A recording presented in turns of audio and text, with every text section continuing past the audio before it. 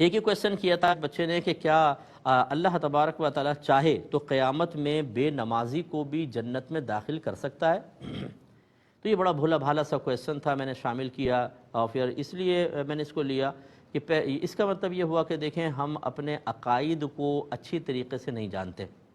ہمیں اللہ تعالیٰ کی معرفت، اس کی عادات معلوم نہیں ہے کہ عادت الہیہ کیا جاری ہوگی، اس کے لیے ہمیں علم سیکھنا چاہیے۔ بس یہ یاد رکھیے کہ کفر اور شرک، اس میں اگر کوئی شخص حالت زندگی میں توبہ کر لے اللہ تعالیٰ معاف فرما دے گا۔ بہت سے ایسے لوگ تھے جو شرک میں مبتلا تھے، پھر نبی کریم صلی اللہ علیہ وسلم پر ایمان لائے تو ان کا وہ گناہ معاف ہوا۔ لیکن اگر کوئی حالت کفر میں مر گیا، حالت شرک میں مر گیا ہے، اب اللہ نے خود فرما دیا ہے کہ اس کی بخشش مغفرت نہیں ہو سکتی، اسی لیے ایسے کافر اور مشرک کے لیے دعائے بخشش و مغفرت کرنا انسان کو دار اسلام سے باہر کر دے گا۔ اس کی وجہ یہ ہے کہ اللہ تعالیٰ نے قرآن میں صراحتاً فرمایا کہ اللہ تعالیٰ شرک کے علاوہ سب کچھ بخش دے گا، شرک کو نہیں بخشے گا، یعنی جو شرک کرتا ہوا مر گیا پھر زندگی میں تو بخش دے گا تو اس کو نہیں بخشے گا۔ اور اگر آپ اس کے لیے دعائے بخشش و مغفرت کر رہے ہیں تو اس کا مطلب ہے کہ آپ کا ذہن یہ ہے کہ اس کی مغفرت ہو سکتی ہے، اس کی بخشش ہو سکتی ہے۔ اب یہ جو آپ کا ایک عقیدہ یا آپ کا نظریہ ہوا وہ اللہ کے حکم کے خلاف ہوا،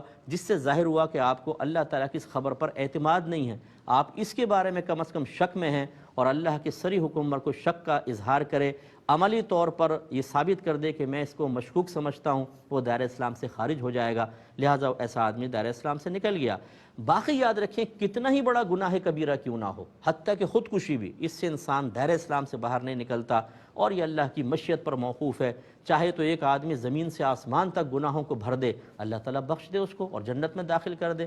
لیکن یہ آپ کو ترغیب نہیں دی جا رہی۔ یاد رکھیں کہ بے نمازی کے لیے بہت شدید سزائیں ہیں، اللہ کی مشیت پر موقوف ہے، چاہے تو معاف کر کے جنت میں ڈال دے، اور اگر وہ پکڑ پر آ گیا، وہ بے نیاز ذات ہے، تو اس کا عذاب بہت سخت ہے، بہت شدید۔ تو اس لیے ان باتوں کو معمولی بھی نہ سمجھا جائے، لیکن مطلب اس سے اتنا زیادہ خوف زدہ بھی نہ ہوا جائے کہ اللہ کی رحمت سے انسان مایوس ہو جائے۔ بیلنس قائم رکھنا چاہیے اور عقیدہ سیکھیے۔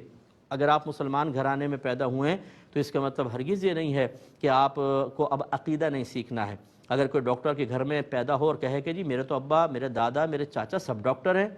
تو میں بھی ڈاکٹر، بھائی یہ کیسے آپ ڈاکٹر؟ آپ پڑھے ہیں، آپ کو سب کچھ وہ کرنا پڑے گا جو آپ کے بڑوں نے کیا، تب کہیں جا کے آپ صحیح ڈاکٹر بنیں گے۔ ہمارے ہاں مسلمان گھرانے میں پیدا ہوتے ہیں، بولتے ہیں استاد مسلمان ہیں،